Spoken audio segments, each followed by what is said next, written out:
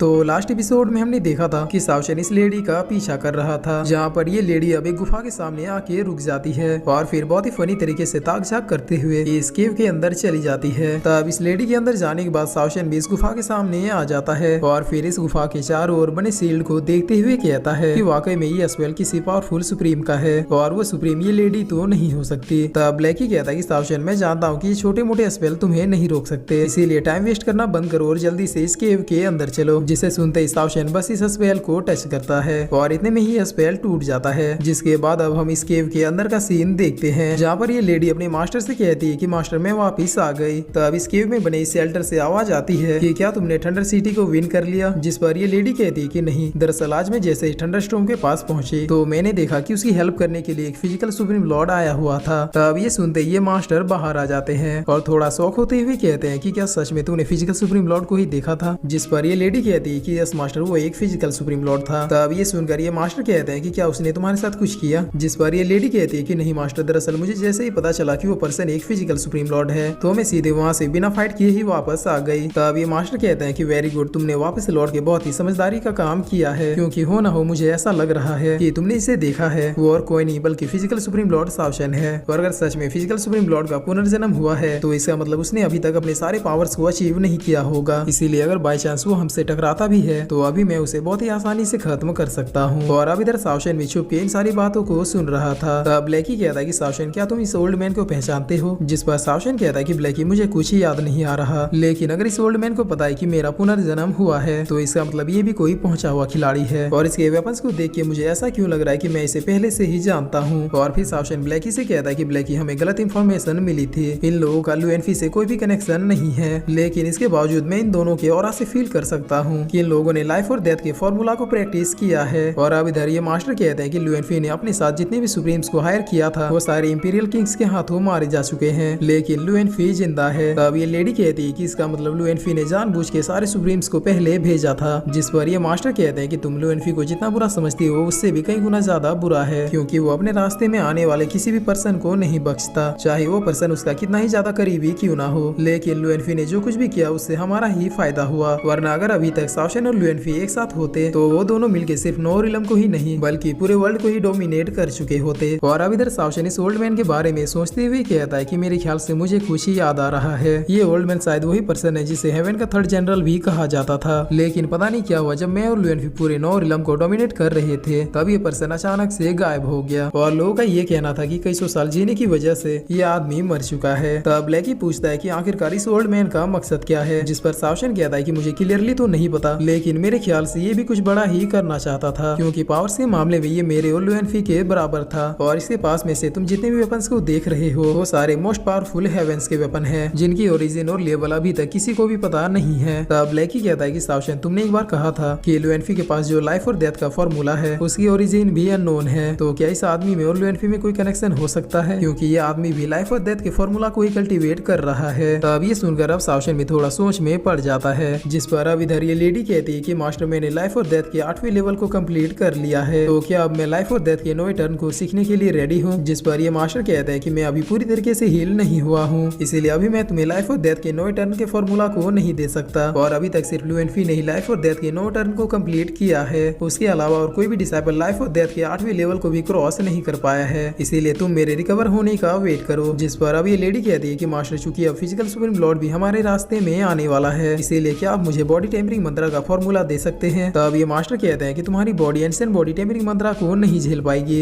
इसके अलावा ancient body tampering मंत्रा बस फिजिकल कल्टीवेटर्स के लिए ही सुटेबल है, बाकी कल्टीवेटर्स के लिए वो एक नंबर का यूजलेस टेक्निक है, बल्कि लाइफ और डेथ का फॉर्मूला उससे कई गुना ज्यादा बेटर है। तब ये सुनकर इधर ब्लैकी कहता है कि सावशन, काम डाउन, किसी ने कुछ नहीं सुना, एंशिएंट बॉडी टेम्परिंग मंत्रा ही सबसे बेस्ट है। जिस पर सावशन अपने गुस्से को कंट्रोल करते हुए कहता है कि ब्लैकी, मैं साथी हूँ। और अब ये मास्टर वापस अपने शेल्टर में जाते हुए कहता है कि ठीक है, अब तुम यहाँ से जा सकती हो और अगर दोबारा कोई सुप्रीम दिखे तो मुझे तुरंत नोटिस करना। जिस पर ये लेडी भी यस मास्टर कहते हुए इस केव से बाहर निकल जाती है। तब ब्लैकी कहता है कि सावशन, वो लेडी जा रही है, बताओ अब आगे क्या करना है। जिस पर सावशन कहता है कि ये लोग क्या खिचड़ी पका रहे हैं ये अभी हमें पता नहीं चला है, इसीलिए हम लोग कोई जल्दबाजी नहीं कर सकते। तब ब्लैकी अपने स्टाइल में कहता है कि सावशन, तुम बस ऑर्डर दो, मैं अभी कभी इस ओल्ड मैन की हड्डियां चटका के तुरंत ही सारा राज बाहर निकलवा लूंगा। जिस पर सावशन कहता है कि नहीं, उसकी एज हमसे कई गुना ज्यादा है, इसके साथ ही उसे लाइफ और डेथ और एंशिएंट बॉडी टेम्परिंग मंत्रा का फॉर्मूला भी पता है, तो इसीलिए इसीलिए मैं अभी श्योर नहीं हूँ कि मैं उसे बीट कर पाऊंगा या फिर नहीं। लेकिन जैसे ही मैं बॉडी टेम्परिंग मंत्रा के 9वें लेवल को अचीव कर लूंगा वैसे ही मैं इस ओल्ड मैन को आके देख लूंगा। लेकिन तब तक इस ओल्ड मैन को शांति से जी लेने दो। और ये कहकर सावशेन यहाँ से चला जाता है। जिसके बाद हम इस शेल्टर के अंदर इस ओल्ड मैन को देखते हैं जो कि रियलिटी में किसी कंकाल की तरह दिख रहा था और हंसते हुए कह रहा था कि फाइनली अब मैं अपने शेप में आने वाला हूँ। और अब इधर अब हम सावशेन को देखते हैं जो कि ब्लैकी से कहता है कि ब्लैकी अब हमारे प्लान में थोड़े चेंजेस आने वाले हैं। तब ब्लैकी पूछता है कि कौन से चेंजेस। तब सावशेन कहता है कि अब हमारे पास अपने स्ट्रेंथ को बढ़ाने के लिए ज्यादा समय नहीं है, इसीलिए जितना जल्दी हो सके हम दोनों को बहुत ही शॉर्ट टाइम में पावरफुल बनना होगा क्योंकि स्वॉर्ड रियलम में अब कुछ बड़ा करने का टाइम आ चुका है। जिसके बाद अब सीन चेंज होता है और हम थंडर सिटी को देखते हैं जहाँ पर थंडर स्टॉर्म एक मैप दिखाते हुए सावशेन को सारे सुप्रीम फैमिली के बारे में बता रहा था। तब थंडर स्टॉर्म की बातें सुनते हुए सावशेन कहता है कि यहाँ पे मून ट्राइब नाम का एक ट्राइब रहता था लेकिन तुमने तो उसका जिक्र किया ही नहीं। जिस पर थंडर स्टॉर्म कहता है कि मून ट्राइब को लुएनफी ने बहुत ही बेरहमी से खत्म कर दिया, उसने मून ट्राइब फैमिली के एक भी पर्सन को नहीं छोड़ा। और फिर थंडर स्टॉर्म मैप से समझाते हुए सावशेन को बताता है कि अभी करंट में कौन सी फैमिली एग्जिस्ट करती है और उस फैमिली में कितने पावरफुल सुप्रीम्स मौजूद हैं जो कि सावशेन के रास्ते में आने वाले खतरे बन सकते हैं। तब इन फैमिलीज का नाम सुनते सुनते ब्लैकी कहता है कि सावशेन यहाँ पे तो तुम्हारे बहुत सारे दुश्मन एग्जिस्ट करते हैं और इन्हें खत्म करते करते तो हमें महीनों लग जाएंगे। जिस पर सावशेन कहता है कि ये तो स्वॉर्ड रियलम का बस लोअर एनयू है, हम लोगों ने तो अभी मीडियम और हाई एनयू में एंटर भी नहीं किया है। वहाँ पे ऐसे कई फैमिलीज और ट्राइब हैं जो अपने पावर के दम पे पिछले 100 सालों से अपने अपने प्लेस में रूल कर रहे हैं और उनमें से तो कुछ फैमिलीज ऐसी हैं जिनसे मैंने आज तक फाइट भी नहीं की है क्योंकि उनकी पावर लेवल लगभग गॉड के लेवल की है। और फिर सावशेन आगे बताते हुए कहता है कि अगर हम स्वॉर्ड रियलम के वेस्ट की ओर जाएंगे तो हमें वहाँ पे 1 लाख से भी ज्यादा स्वॉर्ड मॉन्क मिलेंगे। इसके साथ ही अगर हम साउथ की ओर गए तो हमें साउथ में लगभग 100 स्मॉल सिटी देखने को मिलेंगे और प्रत्येक सिटी में अलग अलग बुरे सुप्रीम्स एग्जिस्ट करते हैं जो अपने ट्राइब और फैमिली के साथ हमेशा फाइट करने के लिए रेडी रहते हैं। तब ब्लैकी कहता है कि अगर इतना बता ही दिया है तो फिर नॉर्थ और ईस्ट के बारे में भी बता ही दो। जिस पर सावशेन कहता है कि नॉर्थ पूरे स्वॉर्ड रियलम का सबसे पावरफुल प्लेस है, यहाँ पे हमेशा 7 ऐसे सुप्रीम्स एग्जिस्ट करते हैं जिनकी पावर मेरे मैक्सिमम पावर के बराबर होती है। तब ब्लैकी कहता है कि क्या ये लोग पावर्स के मामले में तुमसे भी डरावने हैं। जिस पर सावशेन एक नजर ब्लैकी को देख लेता है। तब ब्लैकी कहता है कि नहीं मैं तो मजाक कर रहा था, भला तुमसे डरावना कौन हो सकता है। जिस पर अब सावशेन बताता है कि ये 7 सुप्रीम जो हमेशा नॉर्थ में एग्जिस्ट करते हैं उनका जन्म हेवन से ही होता है और वो लोग जन्म से ही सुप्रीम लॉर्ड होते हैं। लेकिन मैंने अपने प्रीवियस लाइफ में इन 7 से एक बार फाइट की थी और तब मैंने किसी तरह से इन 7 को डिफीट कर दिया था।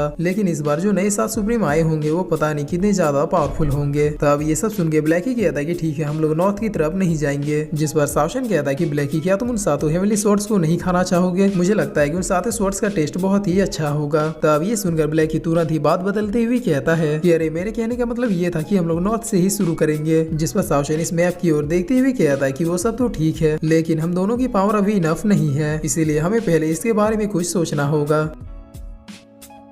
और फिर इसी के साथ ये एपिसोड यहीं पे खत्म होता है।